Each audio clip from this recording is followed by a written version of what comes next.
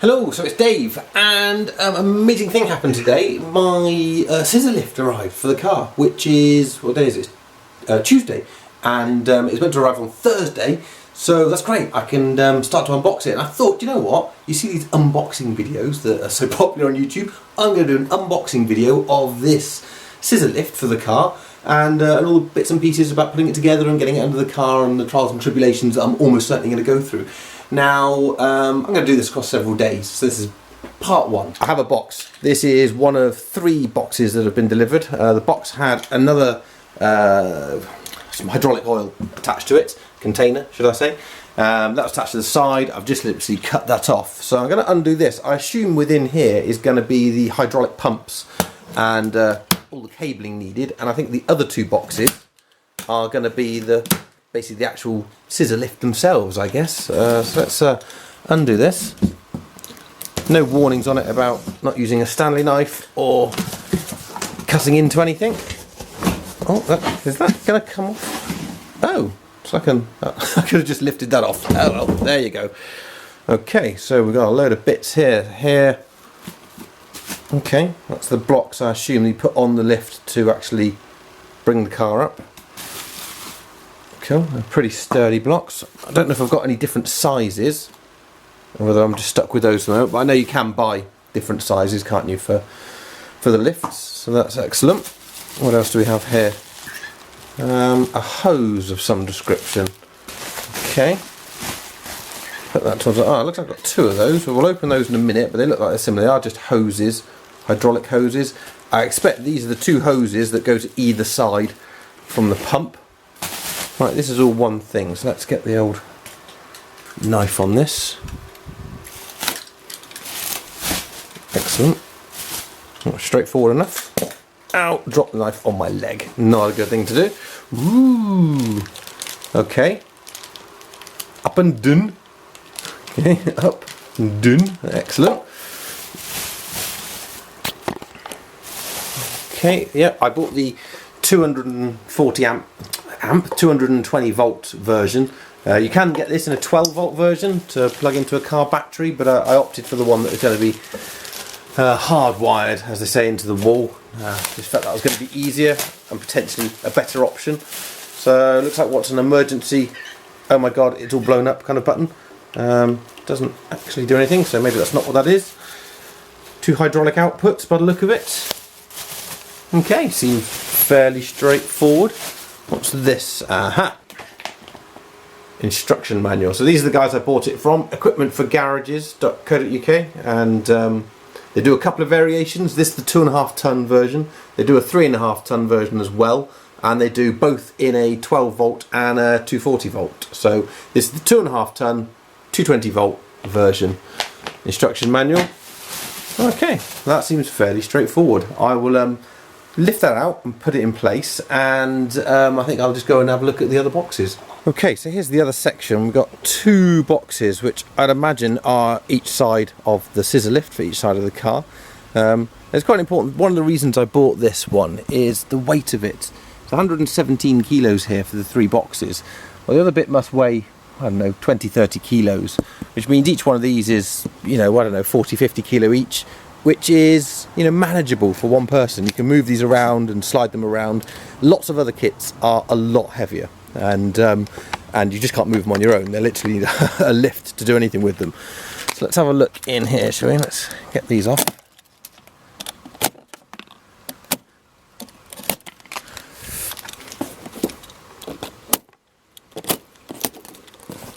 There we go. Okay. Well packed up, and it's quite a discreet little pallet, a kind of a half pallet it came on, which is quite nice. Right, let's have a look. Nearly hit the missus' car with the box. There we go. So, that's nice. Okay, I think it's all one piece by the look of it. There's no actual, there's no parts in here. Oh, no, it's just a hose. So that's cool. So I think I'm going to be able to lift that out. Well, he says lift it out. Let's see how heavy this is in one-handed. Oh yeah, I mean that's just, I'm just lifting that with one hand. Yes, it's levered. I think, oh, is that a wheel? There's a wheel under there, so I think, look, wheels. I thought it was a mobile, so I think that is perfectly liftable on its own. What I'm going to do, I'm going to put the camera down and get this out, and then see if we can lift it one-handed whilst holding the camera. That'd be a bit of a challenge. I've lifted that out easily, to be fair, so that's easily pick-upable completely with 2 hands and an able-bodied human being. Probably should lift it with 2, but if that weighs more than 50 kilos, I'll be absolutely staggered. Beauty of it is, though, if I just grab here and pick it up, it's on wheels. So I can literally just walk around with it. So that is super portable. I'm just going to put it back down again without crushing my fingers. One-handed. There we go. So that's good. I'm going to assume the other one is exactly the same. Let's go and I wonder if there's a left and a right side, or if they're both the same. I don't know. Let's have a look in here. Oh, that's already undone.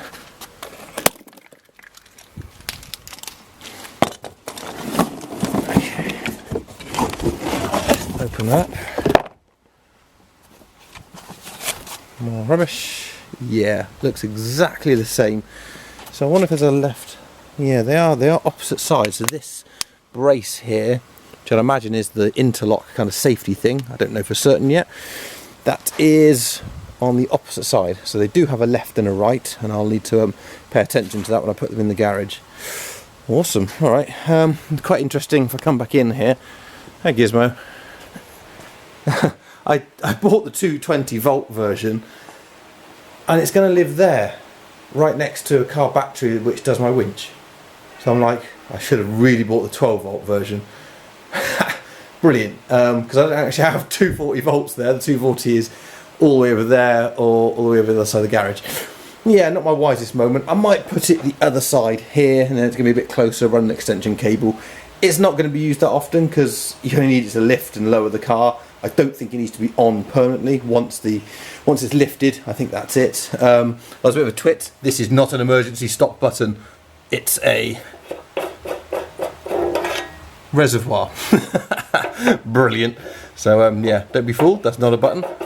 Okay, right, well that'll do for now. I'm going to get these in for tonight, and then I think the next video will be obviously moving the RX-8 out the way, bringing them in, bringing the winch back into play, winching the car back over them.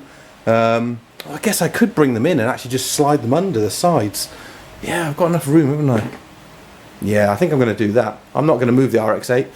Okay, well, I'm going to bring them in, and let's see how far I get actually just putting this thing together. I've brought in both sides. I've got one here on the left-hand side of the car and one on the right.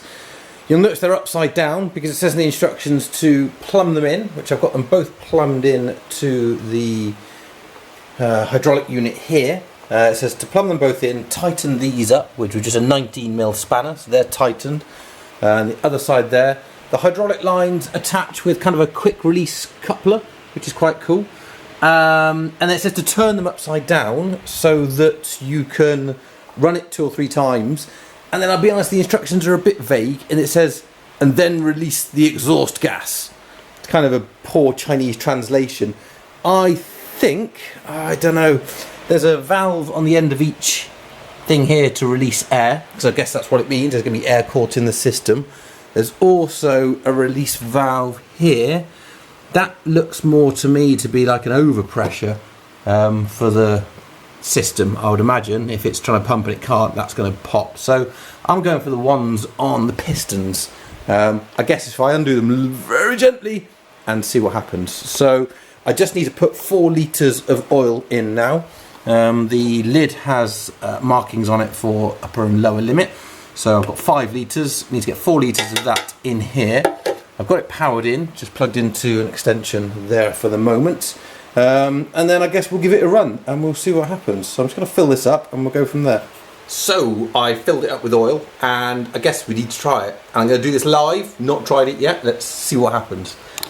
So here she is. She's plumbed in. She's tightened. That's confirmed. I've got 4 litres of oil in there. That's upside down and plugged in. That's upside down and plugged in. And it says to basically raise it up to the max. So I'm just going to do it a little bit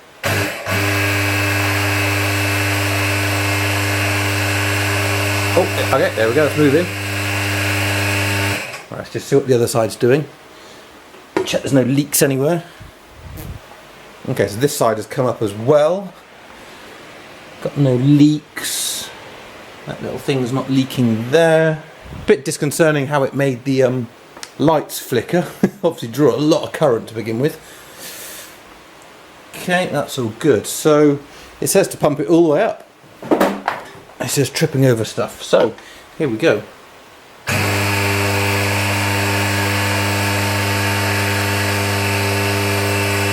That's coming up pretty easy, pretty quickly as well. I assume it'll be a bit slower when there's a car on top of it. Okay. I'm not really sure when I know that it's up, but I'm sure it'll give me a clue. Maybe it'll. Oh, had a noise over the other side. What was that? All seems okay. Okay, I had a knock. I don't know why that was. Oh, it might have been the missus coming home in her car, to be fair. Right, let's keep going. Okay, that appears to be it. It's getting kind of resistance there. Okay, seems pretty good so far. So I'm gonna go with video. This is gonna be pretty boring. I'm gonna go down again, up, down, up, down. So it says to do it 3 times, and then we'll come back and see if we can release the air exhaust. And see if we can do that without leaking oil everywhere. That was quite interesting. I thought I was going to have to bleed these systems, but actually the process of raising and lowering it, raising it, lowering it, you can hear it pumping. When it lowers, you can hear it pumping the air back into here, and it obviously bubbling up in the tank. So actually the process of raising and lowering these 3 times is what actually does the evacuation of any air in them. You don't have to bleed it. I don't have to undo any valves now. I did check the website, and they've got some pretty good YouTube videos which explain how to do it all as well. And that's what he did. He just raised it, lowered it, raised it, lowered it. You can actually hear the air, and that was it, job done. So I've done that 3 times. It takes quite a while to lower because there's no weight on them. Obviously normally the car would push it down. So that's done. I'm now going to flick these over, put them under, and then we'll do a little video, see if we can get the car to fly. So I've spun these over. They've obviously all been bled now, and put them under the car. Put the blocks. Can I get focus? Yeah, put these blocks in place, which are obviously used. They're got some movement in them, and you can put them in different places, depending on different cars, I guess, widths and stuff. But then realise that there's actually nowhere under the car for those blocks to actually sit on. There's nothing for them to push up against. The RX-8 doesn't have mounting points that kind of inside the shell of the car. So thanks to the London EV guys and Jason in particular as well for confirming what I'd seen online, in that you jack it up on the sills. When I've been jacking the car up before, there are jack points underneath, but not on the side. When you use the side, you jack it up on the sill, and the jack that comes with the car, if I show it down here, has this groove. So this groove goes in the sill of the car over here, which is this sill. Oh, that's not it. Sorry, under here. Oh, can I get to it? There we go. This sill here, and that's where the jacking point is. And so that sill there slots into here, and then this raises the car up. That's how you jack it up. So what I'm going to do, these blocks that have come with my scissor lift, I need to basically cut this groove here, in the block, across the length. Then these blocks will slot into the sill and lift the car up. So I was really hoping to have had the car up by now, but I'm not. So another day's going to go by. I'm going to cut those tomorrow, although it's the wife's birthday tomorrow, so might not do it tomorrow. Hopefully by the weekend we'll get that done, and I can put this video together and get it out there and have the car up. Right, a very good friend of mine is a carpenter, and I thought, you know what, if I need to route out that little groove in the blocks, then I need a router. He said, nah, don't use a router, just use my chop saw. So here we go. Da. We have a slot, which matches the slot on the jack that comes with the RX-8, which will go on the sill, and we should be able to raise the car up. So I'm going to put these in place and, well, lift the car up. Woo! I hope. Ta-da! One car up in the air. I'll do a video in a minute of it raising up, but I just wanted to show this initially. This is in its up state. Great. biggest thing I've noticed is as it lifts forward, it kind of lifts like that. So at the moment I've now got a ton of space around the back of the car and very little space at the front. So I'm going to lower it back down, put the car back, I don't know, 3 foot, 2 foot, and then I'll do a video of it coming up. Not that exciting, but it's quite nice to see it raise up. Dead simple and dead easy, to be honest. So let me just move that and I'll do another video. Not the best camera angle, I know, but just the way my workshop's laid out, it's difficult to actually get the car in without there being other stuff in the way. So I'll raise it up, it's all in position, I've pushed the car back, and I'll show you how quick it is.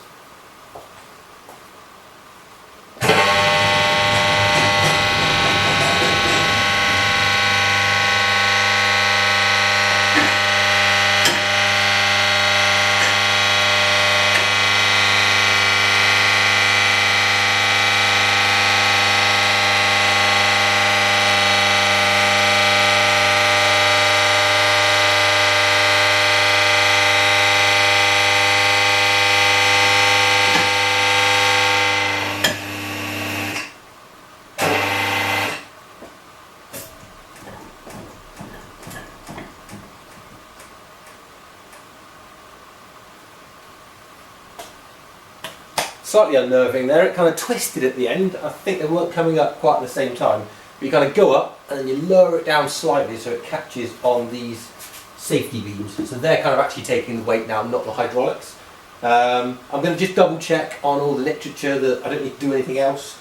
I don't need to clamp those down. There is a release, so when you want to take it down, but that should be clamped in position. I'm never going to go under the car anyway without wheels and stuff under there. But dead simple really. I'll put a link below to where I got them from. Very helpful guys, lots of questions, gave me references of people who had bought them before, which is all really nice, really helpful. And they came in like 2 days, so that was really good as well. So this is going to mean I can get under the car, I can then start really planning those battery boxes, cutting stuff out, and get on with the next phase of the car. So thanks for watching, and I'll catch you next time.